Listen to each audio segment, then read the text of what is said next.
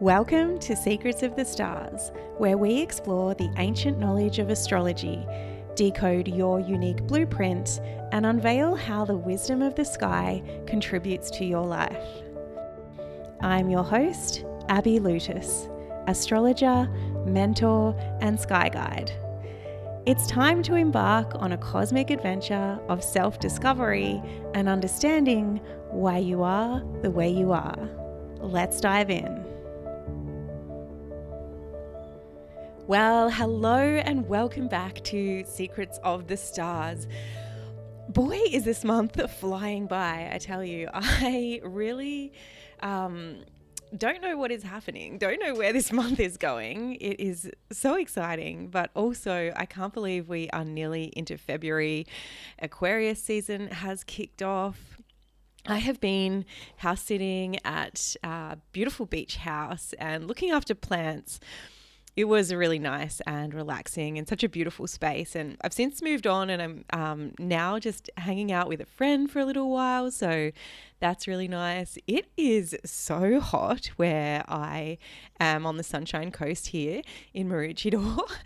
I am originally from much further south in Australia, down in Victoria, and you know, I am not used to this humid weather. So this is something that I'm getting used to. I'm looking forward to when these high temperatures drop down. I think we're currently in the middle of a heat wave, and this is why I am feeling it so much. I normally love coming to the warm weather, but I think the humidity is really getting to me.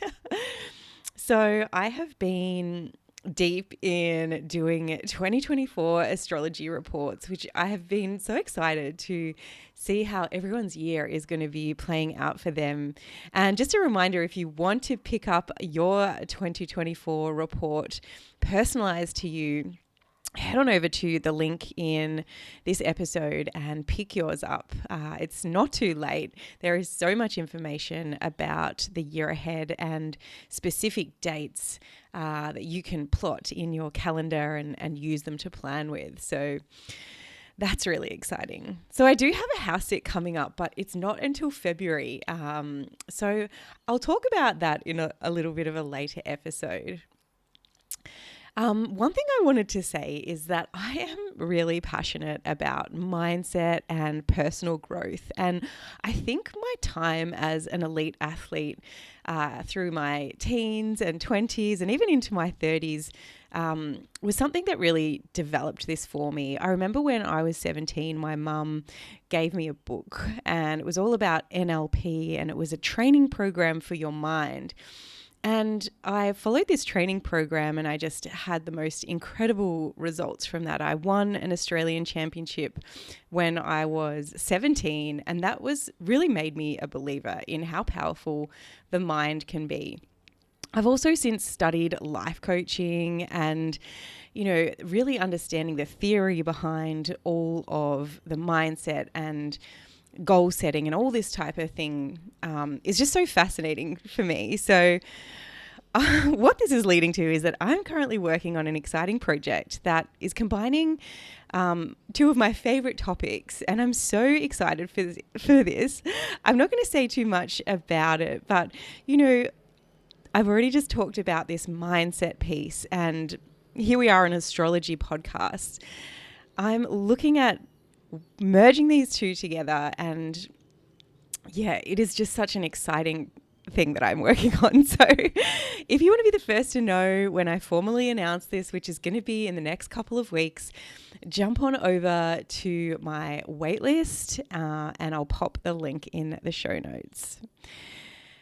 So I have decided to shift my forecasting episodes to align with every month. You might have previously noted that I was doing a forecast episode for Capricorn season or for Sagittarius season, but I really just think that it is easier for people to work with astrology in a month to month, because everybody knows when the 1st of February is, or the first week in February, but not necessarily, people don't always know the third week in Aquarius season. So I'll be back in here next week with my February forecast for the upcoming in astrology. So I hope you can join me for that. But today I'm going to be talking about astrology as a language and how we can best learn that astrological language. So I have several points that I want to talk to here. So let's jump into this episode. The first thing I want to say is that learning astrology can be overwhelming at first. It really is a language. It's a symbolic language, and there is a lot of jargon. There is a lot of language that won't make sense in the beginning. There is a lot of terminology that, maybe words that you're familiar with, but not sure how that applies in astrology. And there is just so much out there. There are so many teachers. There's so many books, podcasts, courses. There's also many different types of astrology, which I've already spoken about on this podcast. There's many different forms, many different areas of astrology. It is such a wide, vast, and complex topic, and this is why it can seem overwhelming at first. But, if it is something that you are truly passionate about, something that you are truly interested in, I really recommend persisting. But, with all this overwhelm, we can narrow it down. And to my second point here, what I recommend is starting with understanding and learning your own chart, because this is what will keep you interested. This is what will keep you engaged in the learning, because let's face it, we all want to learn and know and develop more about ourselves. Even if you are an Aquarius who claim they are not interested in themselves, I think we all want to know more about ourselves. And I can certainly vouch for this. I'm a Leo, so I have this strong character that is, they say that Leos can be all about themselves. But, I think everyone is interested in learning more about the energies that they hold and the personalities that they express. So this is why starting with understanding your own chart it can be so powerful. Excuse me. Discovering this unique blueprint, or essentially it's a map of the sky. It's called your natal promise, and the natal promise is the energies of the planets, of the map that we make in the sky, or that is made. It's actually reality. It's where the planets were in the sky, what signs they were in at the moment that you took your first breath. This is called the natal promise, all right? So it's the promise that the energies that you were born into this world with from the very beginning, from the moment that you took your first breath, is what you are here to express. And it is just so interesting. Understanding your own chart will keep you engaged. It will keep you interested. It will keep you excited. And starting to apply what you learn to your life, we'll see how astrology can be used practically. You can see it firsthand because you're the only person that knows yourself as well. You know yourself better than anyone else. And so this is why it is so wonderful to really start with dissecting, learning, and breaking down your personal natal chart. All right, my third point here is just persist with learning the language. Astrology is a language. It's a symbolic language, and we have to persist. We can't just expect that we are going to pick something up, in a couple of months. And this is why, you want to bring in your passions, and learning about yourself and your own chart can really ignite this within you. So continue to read and listen to podcasts, read different books, take courses or workshops. Start to develop that learning. And when you start, you will start to grasp different concepts from different people. The more you listen, the more you will figure out the jargon, the terminology. And let me tell you, when I rediscovered my love for astrology, I came back and, I'm really in love with podcasting and podcasts, and I listen to them so much. Listening is one of my key strengths. It's one of my gifts, according to my human design chart as well. Listening is my superpower. So I love listening to podcasts, and when I first switched on these astrology podcasts, I was a little bit overwhelmed with the terminology. I didn't know what it meant. It also, I'd listen to a podcast and some of it would land, but not all of it. And, it felt like I was in too deep. But I just kept persisting. I just kept turning it on. I kept picking the subjects that would interest me. And I slowly started to understand more, and with different teachers and different people, different podcasts, I really started to understand what this language really meant. And, learn from a variety of different sources. Don't just listen to the one person. Astrology can be interesting because sometimes you don't want to listen to too many different sources because it's going to get really confusing. And, there's also the idea of learning and applying astrology from your own perspective. So if you're constantly listening to other people, but if you learn the symbology, you can really start to apply it in the way that makes sense for you. And that is my next point, is to learn the symbology of astrology.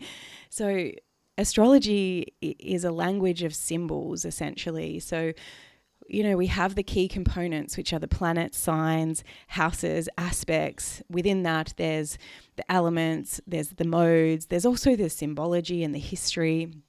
But once you know what, a planet, a sign, or a house, once you understand the symbolic nature of those things, you can expand from there because, I think of Mars as a planet, and I think of all the different archetypes that it represents. I think of all the different words that I can use for Mars. When I say Mars, it's one word, but in my brain, it is 1,000 different symbolic meanings, if that makes sense. Another example is if you know that a certain sign is the element of fire and that it's the mode of fixed, then you can draw from that symbology. Fire is passionate, fire is magnetic, it's enchanting, it's passionate, all right? And fixed is, very routine-like. It doesn't want to change. And they're just two words which actually represent the Leo sign. But, again, those two words have so many different meanings behind them. Know why a house represents what it does. As an example, the first house represents you, yourself. And the reason that it represents that is because the first house is connected to what we call the rising sign or the ascendant point. And this is the part in space. It's the part where we look to the eastern horizon, and it's the sign that's on the eastern horizon rising. It is the energies that you rising. It's the most powerful part of your chart. So knowing why the first house represents you and where it sits in astrological terminology and astronomical terminology really can help you understand by pulling in the symbols behind the actual meaning of what we're talking about. This is a really big one, and it's to learn the history. Now, I wasn't really much into history before I started going on a deep dive into astrology, but now I am so fascinated by what we can learn from the past. This really was so much for me because understanding the foundation and where this tool, we'll call it, where this language originated from really helped me learn and understand the language itself. How was it first developed? Well, back in time when people didn't have computers, they were so much more connected to nature, and they would study the skies. And, this is really this idea of being so connected to nature, seeing the changes that were happening, seeing the planets actually move through the constellations in the skies. This is where it all began. And, learning and understanding the history and how it was developed through time and how it came to be, how there were different editions of it and why, there's traditional astrology and then we jumped into the modern world. This gives you so much depth into this language and really helps with learning and understanding the symbology, learning the mythology and how it all came to be. It's just like, this really is everything for me. And as I said, I'm not really someone interested in history, but I definitely am now. So listening and reading forecasting is also a great way to understand astrology as a language. And you can also, not just forecasting, but looking back on history, you can really see astrology in action. You can see how it's working out in the world. Mundane astrology is the astrology of just general world events. And following this is so incredibly powerful. Find a podcast or find a source that will teach you and forecast and look back on mundane astrology, and it is really mind-blowing. You'll see the correlations of what is actually happening in the world, how the energy of the skies is actually mirroring the energy here on Earth, how things can, show up symbolically in relation to this language, but also literally. It is just so, so incredible. Yeah, and look back on the history, right? Because, it's all well and good to look forward and predict and see what the energies could mean. This is all based on what they have meant in the past and what has happened in the past. So look back at historical events, look back and see what astrology was happening when significant things took place. And, I have loved stepping into this part of astrology as well. I find it so, so fascinating. So the next thing I want to say is to learn some astronomy. Now, you won't hear this from many astrologers, but I am a massive believer in astronomy. So astronomy and astrology used to be one and the same. They used to be the same thing before they broke up in the 1700s. And, this was when they discovered that the Earth was not the center of the solar system. It was not, and that we lived in a heliocentric, and heliocentric really just means that everything is orbiting around the sun. Once this was discovered, a lot of astrology was banished. It was pushed out the window. Everyone had a complete switch. And, they believed that no, none of this applies anymore. It doesn't exist. It doesn't make sense. But from an astrological point of view, you can really see how it does make sense. We only need to look to the sun cycle, the day-night cycle. When the sun rises, we also rise. When the sun sets, we prefer to go to bed. This is the very basics of astrology and astronomy, okay? Because the sun is our energy, it's our life force, and we want to get up when the sun's up. We want to go to sleep when the sun's down. This is astrology and astronomy at its very basic level. The next level is the full moon and the lunar cycles. We can feel how crazy things get on a full moon. We can feel, I have been in the emergency department on a full moon and it is wild, right? And, we can feel the calmness of a new moon. We know how these cycles impact us, and the moon cycles, astronomy and astrology, I'm just going to keep saying this, I believe that it is one and the same. Another reason to connect to and learn the astronomy is that astrology can be done simply by just sitting at a computer, typing in the information, pulling up a chart, and you really don't have to leave your computer. Back in the day, you used to have to draw out a chart by hand. You used to have to go out and actually watch the sky. And now you can just sit at your computer and do astrology. But connecting this with the sky and seeing things in action can give you so much more depth. It can give you so much more understanding. Go out and see where Venus is in the sky. See Venus moving in the morning sky or in the evening sky. Watch her cycle. Watch how she disappears when she goes into a retrograde and you can't see her. Same goes for Mercury. Mercury is always going to be so close to the sun, but we actually, because of this, we can't see it very often in the sky. This makes sense to me now that I've seen this in action in the sky. Go and look and find Jupiter and see how bright it is. See how it is so beautiful. And, Jupiter represents abundance, expansion, and it's one of the brightest planets in the sky. So it can be very literal and symbolic in a way. I keep saying these words. I grab a pair of binoculars and find Saturn and see the rings of Saturn. Just as a note, we won't be able to do this in 2025 for a couple of years because of the angle that Saturn sits at. And, when I first saw the rings of Saturn, it was just incredible. It ignites something within you, right? Go and try and find Uranus as well, because I think, I have tried, Uranus is... Some people think they see it, or some people believe they can see it with the naked eye at certain times. And, in a very dark sky, I do believe this is possible. But I haven't been able to see it yet. You need a very steady hand with binoculars, and perhaps I need to go and look through a telescope.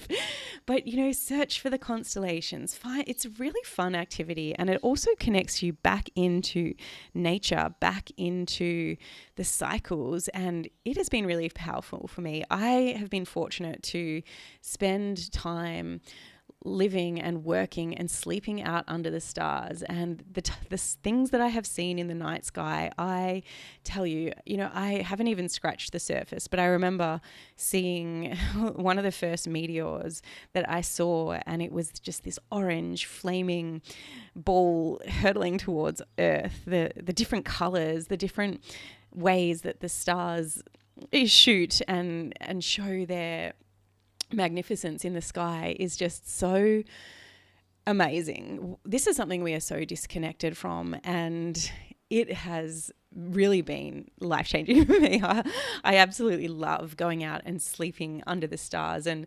when there's cloudy nights, I feel really sad because you can't see the stars. But on a clear sky, or even a partially clear sky, it is just something that I love so much. All right, let's move on to the next point that I have here, and that is about learning the science of astrology. So, go on a rabbit hole and look for, the full moon and how the full moon impacts the tides, the waters here on Earth. Now, this relates to astrology in the sense that our bodies are 80% of water, roughly. And, if the moon is able to pull on these tides, then surely it pulls on us, which we are 80% water, right? And so this is why emotions are connected to the moon, because it is influencing us. I won't say it's controlling us, but it is mirroring the energy back down here on Earth. Have a look at, in neutrinos. When I started learning about neutrinos and this energy and how it infiltrates the planet, I was really fascinated to understand how energy from space impacts life on Earth and can mirror and bring a certain quality to what is happening down here. Learn about the magnetosphere. The magnetosphere is the energy or the sphere that surrounds Earth, like the atmosphere, and it is responsible for keeping Earth safe, essentially, keeping all the dangerous solar winds and energetic activity from space out of Earth, out of impacting us. I mean, this is really a phenomenal place, if I'm going to say. But, the magnetosphere is not complete. It does have rifts, it does have cracks, and energy gets in. Learn about solar flares. The sun, we can feel the sun impacting us. And when you look at the solar flares and when the coronal mass ejections happen on the sun, a couple of days later, that energy hits Earth, and it plays with the frequencies on the radios. It impacts radiation here on Earth. It does have an impact. Same goes with the auroras that we see in the north and the south at our poles. This is all created from energy that leaves the sun. So this is all the science of how the energy out in space is impacting life here on Earth. So I feel like I've gone quite deep with some of these points, but the last thing I want to say in learning about the astrological energies is to have fun. Follow what is interesting to you with astrology. Learn about yourself, learn about your own chart. I was really interested I've previously been a massage therapist, and I mentioned an athlete, and I'm always interested in health and fitness. And so medical astrology was so fascinating for me. Learning this topic is super interesting. So I went down that rabbit hole. I also love to travel and move around, and that's why locational and astrocartography astrology is really drawing me in right now. There are just so many areas of astrology that we can look at. There's financial astrology, there's the mundane astrology, there is relationship astrology. Go back and listen to episode 4 where I listed all the different types of astrology. Well, not all of them, a vast majority of them. But you'll definitely find something that you are interested in there. Follow the accounts that you're interested in on social media. Watch, learn from the things that they have to say. Astrology can be so much fun. It is so much fun. It is a way of accessing nature and really practically applying it in your own life today. Now, we're here on Earth to have fun and to live in this beautiful paradise. So we may as well use the tools around us to, develop the knowledge and live out our best life here. You can see that I'm getting very excited about this topic. Anyway, there is a drill that is starting to get very loud outside, so I'm going to wrap it up there. Remember, if you're interested in learning how astrology can support your personal growth, how you can work with the natural energies when it comes to your strengths and weaknesses, you want to get on my list to be the first to know about my exciting announcement that is coming soon and all the bonuses that you'll receive when you sign up there. So there you have it. I hope you've enjoyed this episode on learning the astrological language and how you can best go about it. I've certainly enjoyed being here with you today. If you're interested in booking a reading, please go to my website, abbylutis.com. Remember to follow me on Instagram and TikTok and Facebook at Stars by Abby. And until next time, keep shining bright. Thank you for joining me on this cosmic journey of self-discovery. If you have enjoyed this episode, please leave a review and share it with someone who you think would love it. Keep exploring the secrets of the stars, and remember, the universe has woven a unique story just for you. Until next time, keep shining bright.